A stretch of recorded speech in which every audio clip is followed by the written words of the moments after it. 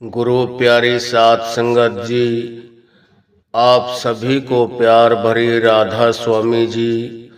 आज जो हम आपको साखी सुनाने जा रहे हैं वो साखी औरत के ऊपर है। औरत एक वो ताकत है जो इस घर को चलाती है। इंसान की एक सोच होती है कि पता नहीं यह घर मेरे पीछे चल रहा है, यह गलत है। घर को औरत चलाती है। मर्द जो होता है इंसान तो बाहर काम काज करने वाला होता है, उसकी कोई दुकानदारी है, कोई नौकरी पेशा है, कुछ भी है, वो औरत को लाकर वो तनख्वाह देगा, उसको पैसे देता है, महीने बाद जितने उसको मिलते ही है तनख्वाह आकर घर वाली को देता है। और घर वाली उसको पता होता है कितने पैसे फीस में जाने हैं, कितने दूध वाले को देने हैं, कितने का मैंने वो सामान लिया है, कितने का क्या खर्चा है। घर चलाने की जो पूरी रस्म होती है ना, वो औरत के हाथ में होती है। छोटी छोटी चीजों को बनाकर रखती है वो। उसको पता होता है कि इस चीज की मेरे को कल को जरूरत पड़ेगी। बचपन से ही बेचारी अभी छोटी होती है तो अपने घर बनाने शुरू कर देती है। अभी तो 4-5 साल की होगी, जब खेल खेलती है जभी से ही वो अपने घर बनाने चालू कर देती है। ये मेरा घर है, ये आपका घर है। छोटे छोटे बच्चों को आपने कहीं खेलता देखा होगा, वो अपने घर बनाते हैं, अपनी गाड़ियां बनाते हैं, ईंटों को लेकर उनको आगे आगे चलाते रहते हैं। ये मेरी गाड़ी जा रही है, ये मेरी गाड़ी है। अपना घर बार अपने सारे पहले बचपन से ही सारे घर बार बनाने में लगी रहती है और सारी जिंदगी उसी घर में बनाते बनाते उसकी ऐसी जिंदगी गुजर जाती है। इंसान सोचता है कि पता नहीं इस घर को मैं चला रहा हूं, इंसान नहीं चला पाएगा। इंसान अगर अपने हाथ में चाबी ले ले तो इंसान घर का 1 महीने का खर्चा नहीं चला सकता। औरत को पता है कितना हाथ खींच के रखना है, कितना मना भी करती रहेगी फिर भी उसके पास 100, 200, 500 छिपा कर रखेगी कि कोई पता नहीं कैसा वक्त आ जाए, कोई घर में हारी है, बीमारी है, उसमें यह काम आएंगे। जबकि उनको बताती तक नहीं कि मेरे पास कोई पैसा नहीं। क्या पता उसको बहुत आगे की सोच होती है औरत की कि कल को पता नहीं इसका कहीं काम लगे ना लगे, 10-20 दिन कहीं मजदूरी लगे या ना लगे, तो इनमें से मैं कुछ बचा के रखूंगी, अपने पास 2 छिपा कर रखूंगी, तो अगर कोई ऐसा वक्त आ गया उस वक्त यह काम आएंगे। एक घर को चलाने वाली औरत होती है। मर्द तो बाहर कमाने वाला ही है। और जो भी होता है औरत, आज कई लोग कहते हैं कि मैं अपने बच्चों की मैं पढ़ाई लिखाई मैं परवरिश करूंगा, मैं जो चाहूंगा वो ये बनेंगे। आज मैं उसके ऊपर भी बताऊंगा कि औरत जो बच्चे की माँ होती है, माँ पहला गुरु होता है और जैसा माँ चाहती है ना ऐसा बच्चा बनता है। उसका पिता कितनी भी कोशिश करे, चाहते हुए भी वो कुछ नहीं कर पाएगा।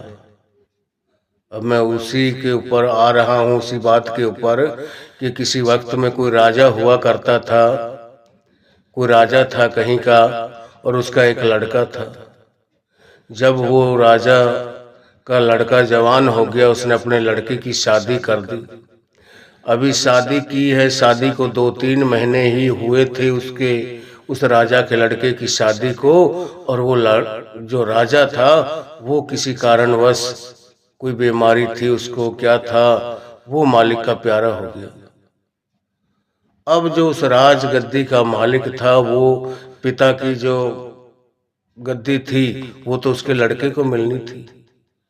अभी वो जवान अवस्था में था और शादी हुई थी, उसको राज तिलक हो गया, उस नगरी का वो राजा बना दिया गया उस लड़के को, उसके पिता गुजर जाने के बाद में।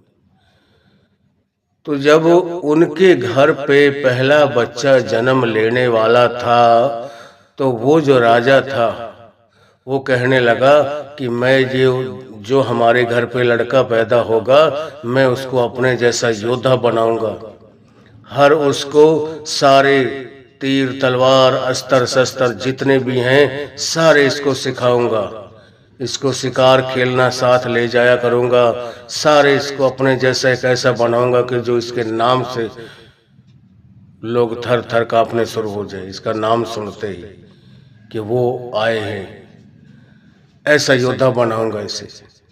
तो उसकी जो घर वाली थी वो उससे कहने लगी कि जी आप नहीं बना सकते। कहने लगा क्यों? मेरा लड़का है, मैं जो चाहूंगा वो बनाऊंगा मैं। अब दोनों की जिद बहस हो गई।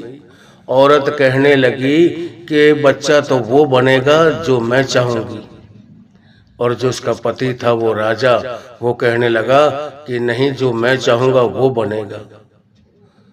अब दोनों की जब जिद बहस हो गई, अभी बच्चे ने जन्म नहीं लिया था और दोनों कहने लग गए, औरत कहने लग गई कि जैसा मैं चाहूंगी बच्चा ऐसा बनेगा, और जो उसका पिता था वो राजा वो कहने लग गया कि जैसा मेरा जी करेगा मैं अपने लड़के को ऐसा बनाऊंगा। तो औरत जो होती है, माँ जो होती है बच्चे की, वो हमेशा ही उस बच्चे के पास रहती है। जितनी बातें वो माँ से करता है, माँ उसकी परवरिश करती है, खिलाती है, पिलाती है, उतना वो पिता के पास नहीं रहता। अब जब उनकी शर्त लग चुकी थी दोनों की कि वो राज गद्दी का मालिक बनाना चाहता था, बड़ा योद्धा बनाना चाहता था, और उसने कहा कि नहीं, मैं जो चाहूंगी वो बनेगा ही। तो जब वो राजा तो जो राजपाट चलाते हैं अपनी कचहरी में चले गए, वो उस नगरी के जो दुखिया सुखिया जो उनके पास आते थे उनका सबकी बात सुनते, जितनी भी मदद होती उनका वो काम करते थे, उनको देते थे सब कुछ जैसे जिसको जरूरत होती थी। और रात को 10-11 बजे घर पे आना, बच्चा हमेशा ही माँ के पास रहता है। तो जब उनकी दोनों की जिद बहस हो गई तो उस रानी ने क्या काम किया कि जितने भी मालिक के भक्त हुए हैं, जिन्होंने परमात्मा की भक्ति करके उस परमात्मा का ही रूप बन गए, उसको पा लिया और एक दिन उसी का रूप बन गए। उसने ऐसे फोटो अपने घर पे लगा दिए जैसे कि कबीर साहब है, गुरु रविदास है, गुरु नानक देव है, संत नामदेव है, जिन्होंने भी मालिक को पाया है, सारे ऐसे भक्तों के अपने घर में फोटो लगा दिए। अब जब बच्चा साल के बाद बोलना शुरू हो जाता है, साल 1.5 साल का होता है, तो माँ के पास रहता है, उन फोटोओं के बारे में पूछता है कि माँ ये कौन है, ये कौन है, ये किसकी फोटो है। तो माँ उस बच्चे को बताती है कि बेटा ये इतना बड़ा मालिक का भक्त हुआ है, उसकी भजन बंदगी इसने की है कि मालिक ने इसको अपनी गोद में उठा लिया और इसको सारी नियामतें 36 प्रकार के खाना पीना धन दौलत हर चीज की मौज कर दी मालिक ने। और यह उस परमात्मा का ही एक सच्चे बेटे बन गए थे। इन्होंने इतनी भजन बंदगी की है सब कुछ को त्याग कर। तो अब उस बच्चे के मन में भी भाव जागने लगा और वो अपनी माँ से कहता था कि माँ मैं भी ऐसा ही बनूंगा, मैं भी ऐसे ही भजन बंदगी करूंगा और मालिक को पाऊंगा। एक दिन मैं भी इन्हीं की तरह, मेरा भी नाम होगा दुनिया में, मेरे भी लोग फोटो लगाएंगे। अब वो बड़ा लड़का जैसे हुआ उसका पहला, वो उसने भजन बंदगी में लगा दिया। वो जब भी आता राजा, उसका पिता उसको आके बैठा देखता, मालिक के राम राम राम राम जप रहा है, वो मालिक के नाम की माला जप रहा है। उसने तो वो भक्ति लाइन में लगा दिया। उसका जो पति था वो राजा, उस बच्चे का पिता, उसको बड़ा गुस्सा आता था। उसकी सोच थी कि मैं एक इसको योद्धा बनाऊंगा, एक बलवान, सारे अस्त्र शस्त्र चलाना सिखाऊंगा। वो कहता नहीं पिता, मैं ऐसा नहीं करूंगा, पाप नहीं करूंगा, किसी भी चीज को नहीं मारूंगा, मैं इसका भुगतान बहुत देना पड़ेगा, मैं कभी गलत कदम नहीं उठाऊंगा। अब हार गया वो। जब दूसरा बच्चा उनके घर पे फिर जन्म लेने वाला था, साल डेढ़ साल के बाद, फिर कहने लगे, उनकी फिर जिद थी, कहने लगा वो राजा कि अब की बार तो मैं उसको, ये पहला लड़का तो चलो आपने अपनी जिद पूरी कर ली, अब की बार मैं देखता हूं कैसे बनता है। अब फिर वो बच्चे ने जन्म लिया, एक और लड़के ने, तो उसने वही फोटो लगाए रखे।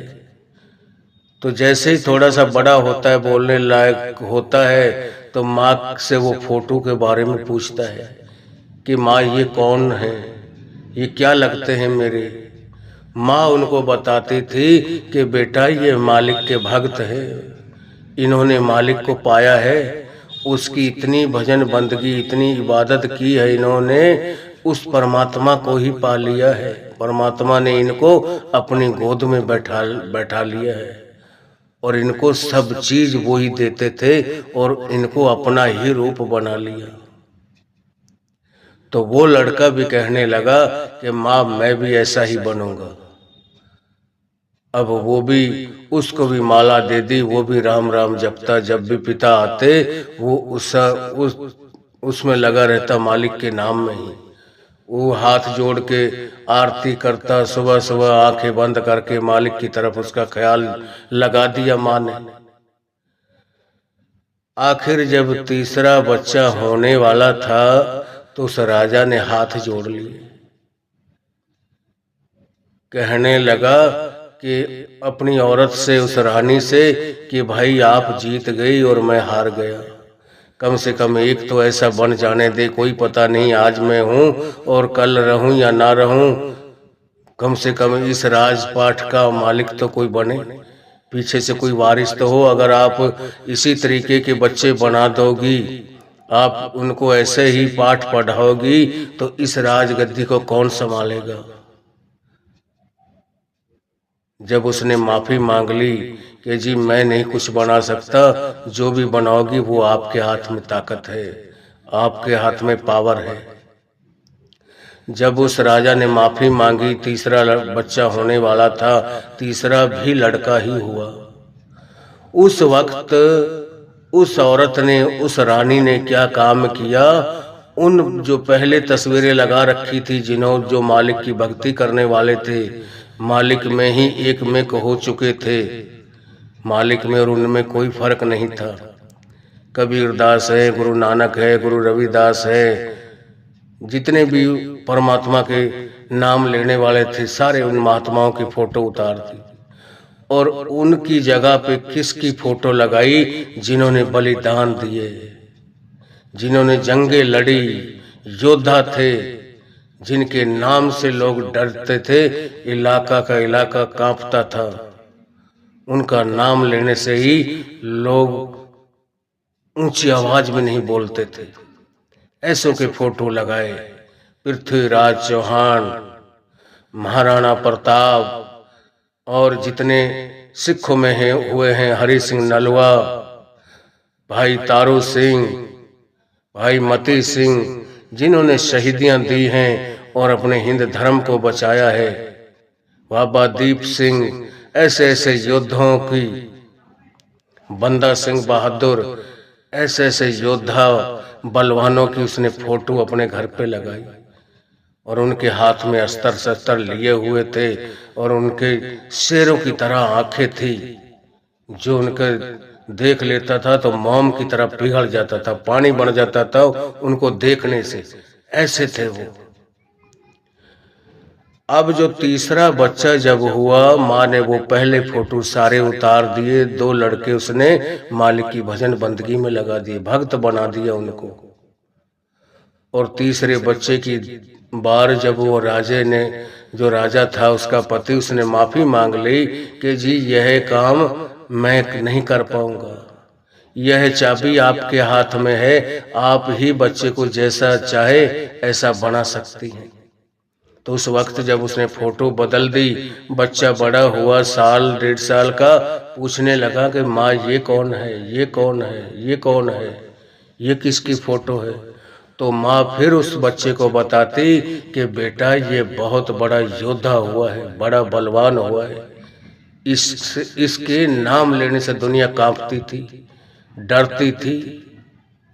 कोई ऊंची आवाज में कोई बच्चा भी नहीं रोता था, इसका नाम लेने से वहीं का वहीं सांस खींच जाता था, इतना डर था इसका, शेर से भी ज्यादा इनका डर होता था।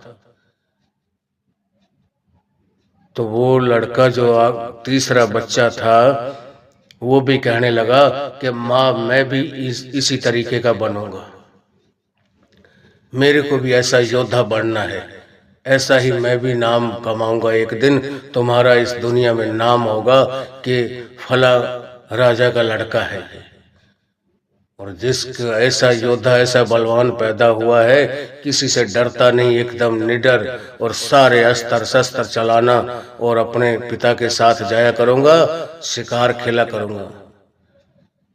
सारे वही काम उसने उसको तलवार दिला दी, अपने उसके पिता के साथ भेजती उसको, वो उसको सारे वो चलाने के लिए सिखाता, और वो एक दिन वो योद्धा बन गया, बहुत बड़ा बलवान। तो यह कहां से हुई, ये बदलाव किसने किया? यह बदलाव सिर्फ औरत कर सकती है, और औरत के अंदर मालिक ने इतनी सहनशीलता रखी है, हद से ज्यादा। सारी दुनिया को मालिक ने एक ही दिन में बना दिया था, मगर एक औरत को बनाने में उस परमात्मा को 8 दिन लग गए थे। कैसे कैसे गुण, कितनी सहनशीलता, कैसी कैसी कला इस औरत के अंदर रखी हुई है, शायद हर इंसान नहीं जानता इन बातों को। अपने मर्द को किसी दूसरे के साथ भी अगर देख लेती है ना अपनी आंखों से, फिर भी अपने दिल पे पत्थर रख लेगी और उसको बड़े प्यार से समझाएगी कि देख इस घर को बर्बाद मत कर। अगर नहीं मानेगा तो यह सब कुछ खत्म हो जाएगा, ये घर मिट्टी में मिल जाएगा। अब तो सोच ले कि क्या करना चाहता है। अगर मर्द किसी अपनी औरत को, अपनी स्त्री को गलत तरीके से किसी के साथ उसका कोई संबंध देख लेता है तो उसको उसी वक्त या तो मार देगा या घर से निकाल देगा, और पूरी जिंदगी उसको अपने सामने नहीं आने देगा। मगर एक औरत है जिसको मालिक ने इतनी सहनशीलता बख्शी है, इतनी वो अपने उस गुस्से को, जहर को पीने की ताकत इसके अंदर रखी है कि उसको अपने मन को मार लेती है ये।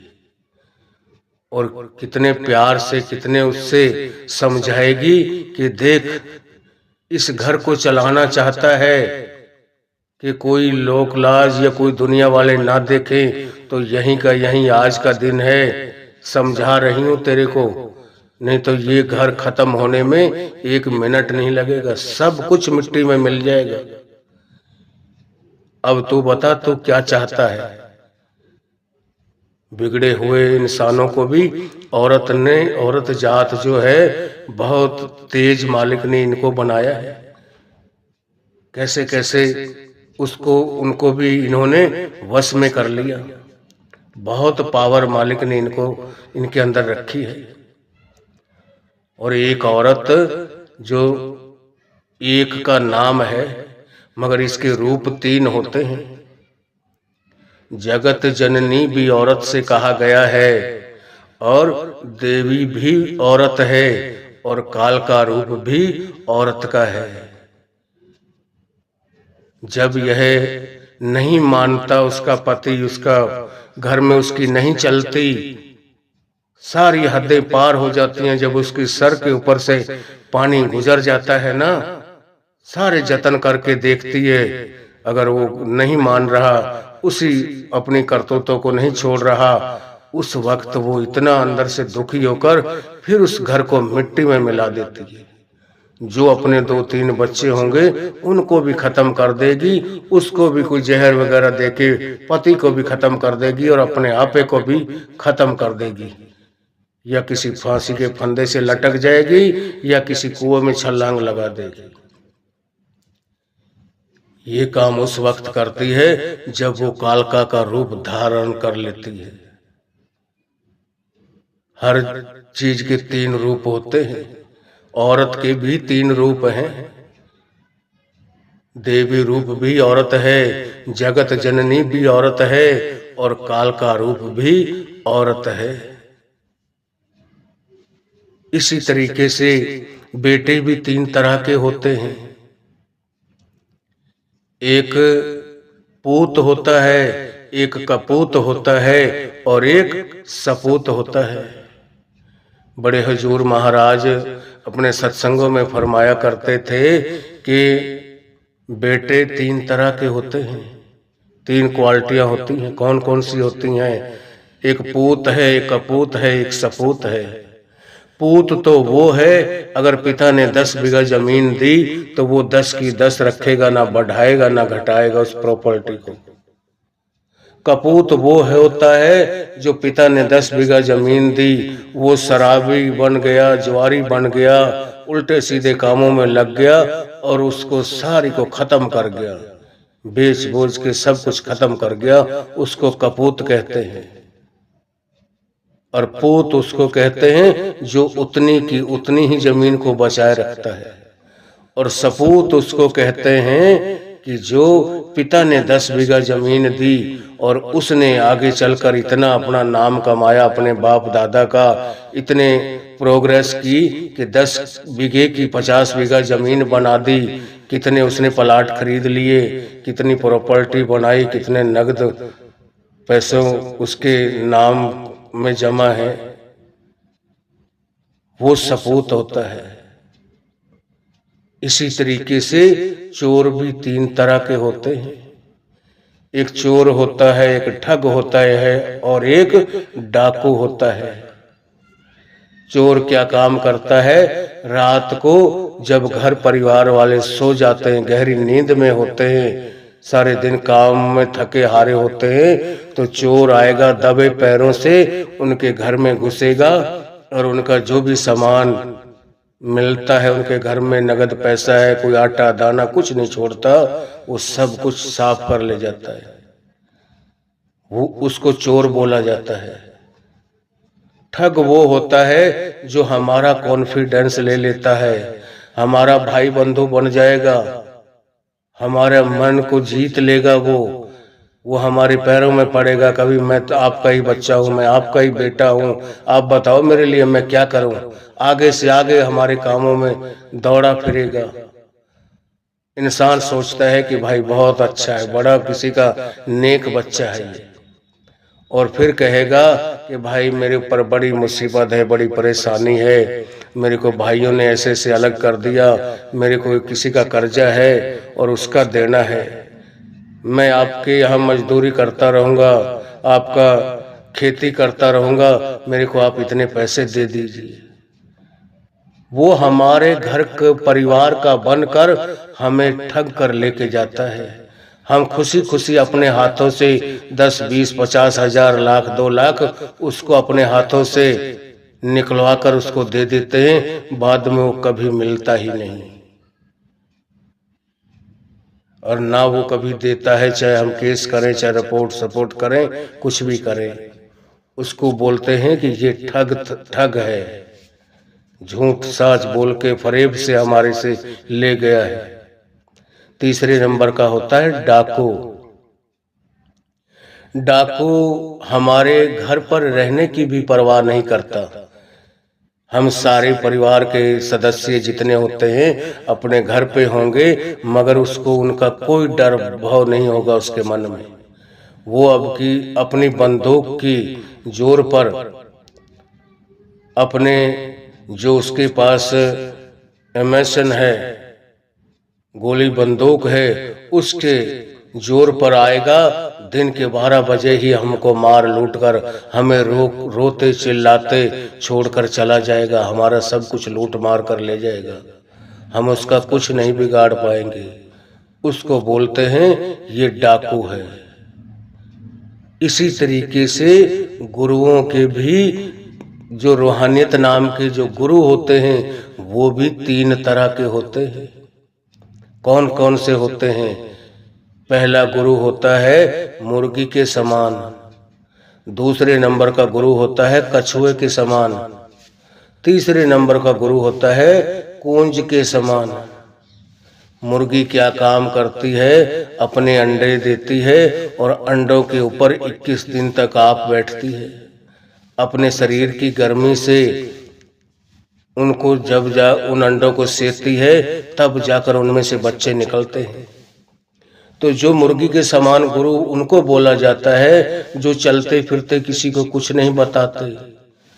जो किसी देवी देवता की सेवा करते हैं वो कहेंगे कि आप मेरे पास मंगलवार को आना या शनिवार को आना, मैं अपने स्थान पर बैठ के चौकी भरूंगा, तब मैं आपको बताऊंगा कि आपके घर में ये जो दुख कष्ट है, आपके साथ किसी ने कुछ करवा रखा है, ये कुदरती है। वो 100 झूठ साच बोलेगा। ऐसे गुरु को बोला जाता है कि ये गुरु मुर्गी के समान है। दूसरे नंबर का गुरु, जो रूहानियत नाम के 3 तरह के होते हैं, दूसरे नंबर का जो गुरु है वो कछुए के समान होता है। कछुआ क्या काम करता है? पानी में रहता है, मगर अपने अंडे पानी से बाहर सूखी जगह पर देता है। वो उनमें से बच्चे कैसे निकालता है?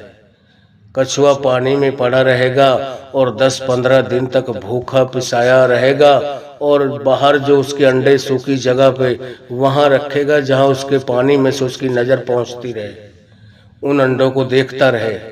और उसकी नजर में, उसकी आंखों में एक ऐसे लेंस की तरह होता है, जैसे हम एक शीशा लेते थे तो ऐसे थोड़ा घुमा के उसको आग, नीचे हम कागज का टुकड़ा रख के उसमें आग लगा देते थे, इतनी गर्माहट देता था।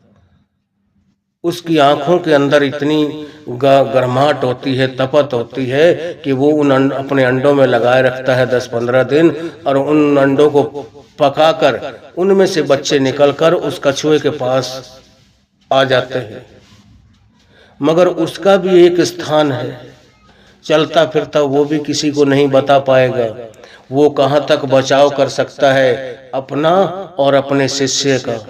जहाँ तक उसकी ये बाहरी नजर जा रही है, जहाँ तक उसकी हद है, उसकी सीम है, वो अपनी भी रक्षा कर सकता है और अपने शिष्य की भी कर सकता है। इससे ज्यादा उसकी कोई पहुंच नहीं होती। चलता फिरता वो किसी को कुछ नहीं बता पाएगा। तीसरे नंबर का गुरु होता है कूंज के समान। कूंज भी एक पक्षी होता है, और जो यहाँ नहीं रहता वो जम्मू कश्मीर की पहाड़ियों पर रहता है। अब वो अंडे वहां देता है और वहां ठंड पड़ना शुरू हो जाती है, वहां से उड़कर यहाँ हमारे इलाके में आ जाता है। वो खुश्क इलाके में उड़कर आ जाएगा, मगर यहाँ से बैठा बैठा उन अंडों में से बच्चे निकाल देता है। वो कैसे निकालता है? कूंज का बताते हैं। कूंज अपने अंडों को अपने ख्याल के जरिए से पकाती है। कूंज का ध्यान, जितना वक्त हम आँख को झपकते हैं, अगर इतने टाइम भी उसका ख्याल उधर से हट जाए, उसकी आंतरिक जो तार जुड़ी रहती है अंडों में, अपने अंडों को भूल जाए और उसका ध्यान कहीं और लग जाए, तो उसके अंडों में से कभी बच्चे नहीं निकलते। वो अंडे तुरंत गल जाते हैं। वो अपने ख्याल से, अपने ध्यान से अपने अंडों को पकाती है। बैठी यहाँ रहेगी, चुगती यहाँ रहेगी, मगर अंडे उसके जम्मू कश्मीर की पहाड़ी पे पड़े हैं और यहीं से बैठी बैठी उनमें से बच्चे निकाल देती है। जिसके बारे में गुरु नानक साहब ने अपनी वाणी में फरमाया है, उड़े उड़ आवे 100 कोसा, पाछे बाचे छरिया, तिन कौन खिलावे कौन चुगावे, मन में सिमरन करें। कि एक वो भी पक्षी है, उड़कर 100 कोस दूर चली जाती है, पाछे बाचे छरिया के अपने बाल बच्चों को अंडों को पीछे छोड़ जाती है, तिन कौन खिलावे कौन चुगावे, मन में सिमरन करें। कि वो वहीं से बैठी बैठी मन ही मन में उसका जो ख्याल है, उसका जो ध्यान है, हर वक्त अंदर उस मालिक की तरफ लगा रहता है, अपने अंडों की तरफ लगा रहता है कि मेरी मालिक मेरे अंडों की, मेरे उन बच्चों की रखवाली करना, आप उनका ध्यान रखना, आपके सिवा उनका और कोई नहीं है। तो हमें कैसे गुरु की जरूरत है? जो कुंज के समान है, जो कुंज के समान गुरु होगा, वो इस धरती के किसी भी कोने में बैठा हो और उसका शिष्य कहीं से कहीं चला जाए, वो वहीं उसकी रक्षा करता है, वहीं उसको बचा लेता है किसी भी रूप में। ऐसा गुरु शब्द रूप होते हैं, वाणी रूप होते हैं। गुरु देह नहीं होता, गुरु तो देह होते हुए भी विदेह होते हैं। मगर ऐसा हर एक गुरु नहीं मिलेगा, ऐसे गुरु जगह जगह नहीं मिलेंगे। आज थोड़ी सी कोई भजन बंदगी करने लग गया, कोई वाचक ज्ञानी बन गया, 2-4 किताबें पढ़कर उसको अपने नाम के पीछे वो संत लिख देगा। अभी तो ज्यादातर मालिक के भजन बंदगी करने वालों को यही पता नहीं कि संत कहते किसको हैं, संत की परिभाषा क्या है, संत के अंदर क्या गुण होते हैं।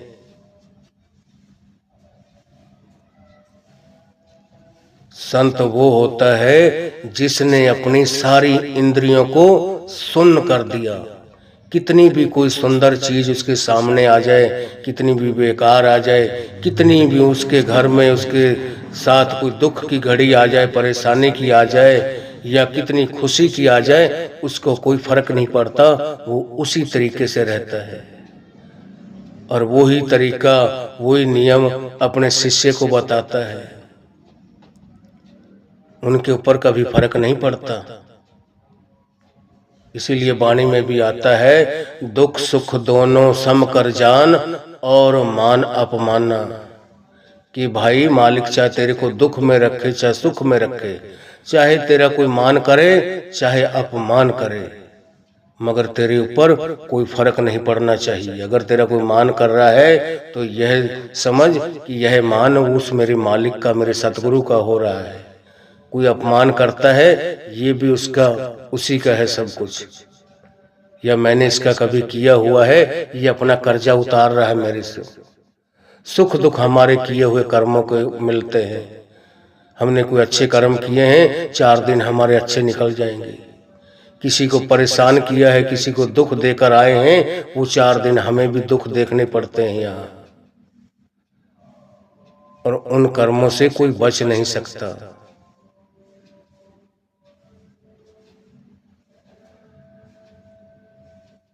कर्म जो जो करेगा वही फिर भोगना भरना। तो हमें भी चाहिए इस साखी द्वारा हम अपने आप को बदलें, अपनी सोच को बदलें, ताकि मालिक हमारे ऊपर भी खुश होकर हमें भी अपने साथ जोड़ ले, हमें भी अपनी छाती से लगा ले।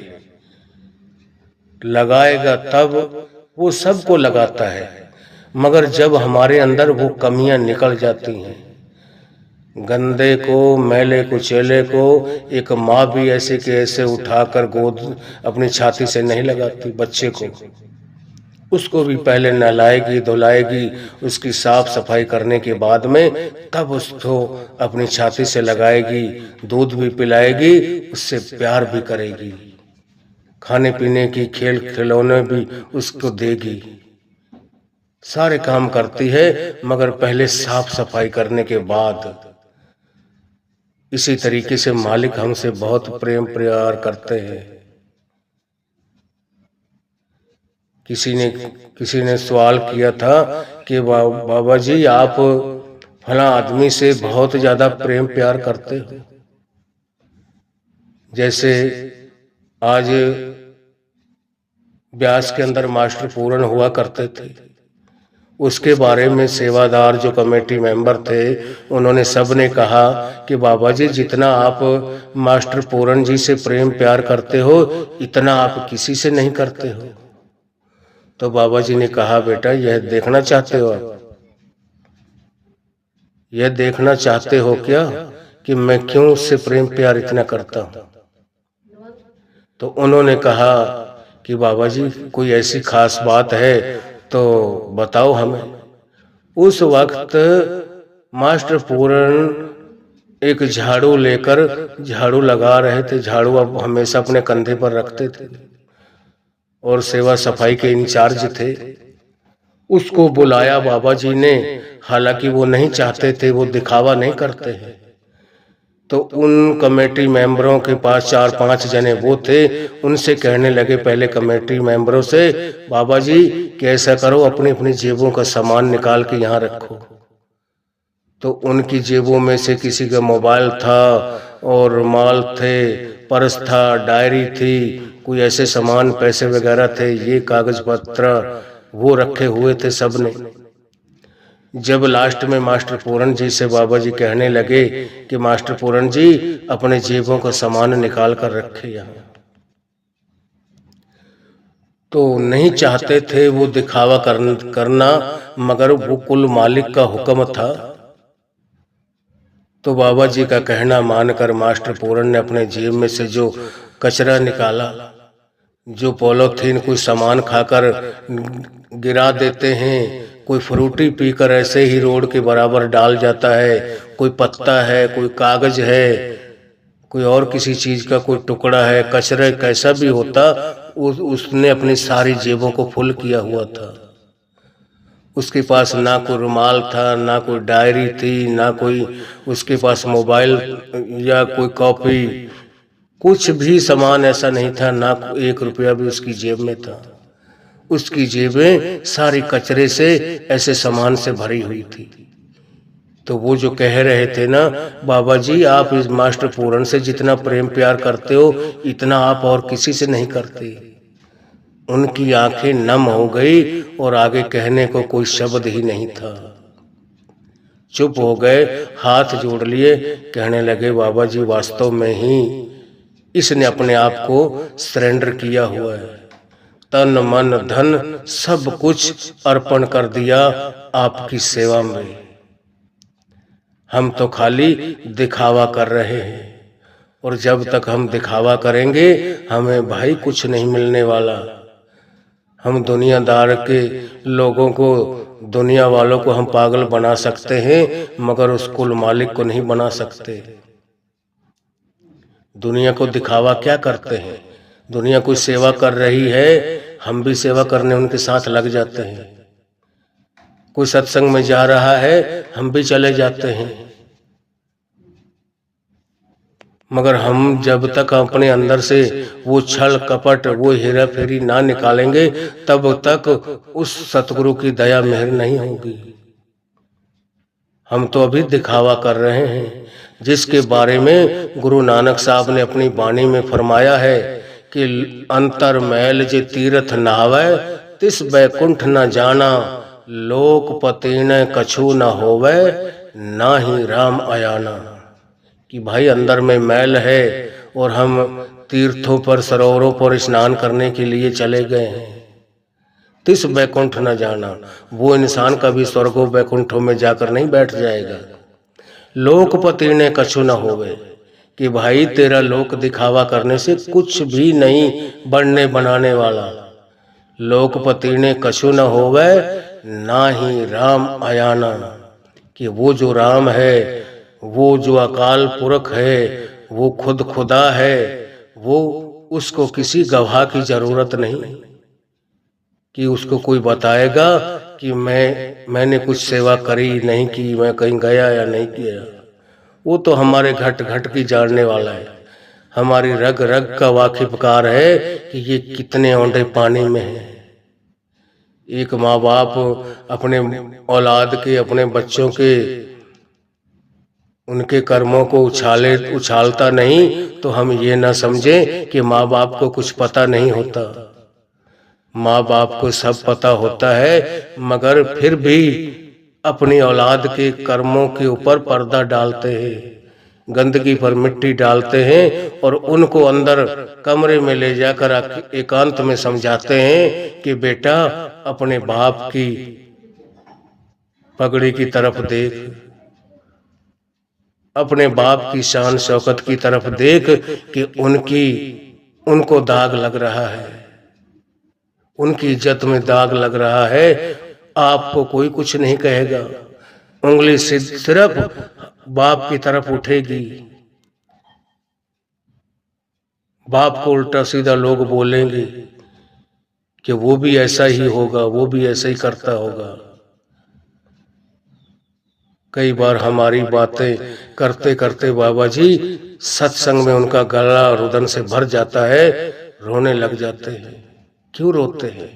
उनको कोई अपना दुख थोड़ी है, कोई निजी दुख नहीं हमारा, वो सतगुरु का सिर्फ हमारी बदौलत उनको अंदर से दुख होता है। क्यों? हम उनकी अंश हैं। ये जो हमारे अंदर आत्मा है, ये उस परमात्मा की एक अंश है, एक बूंद है।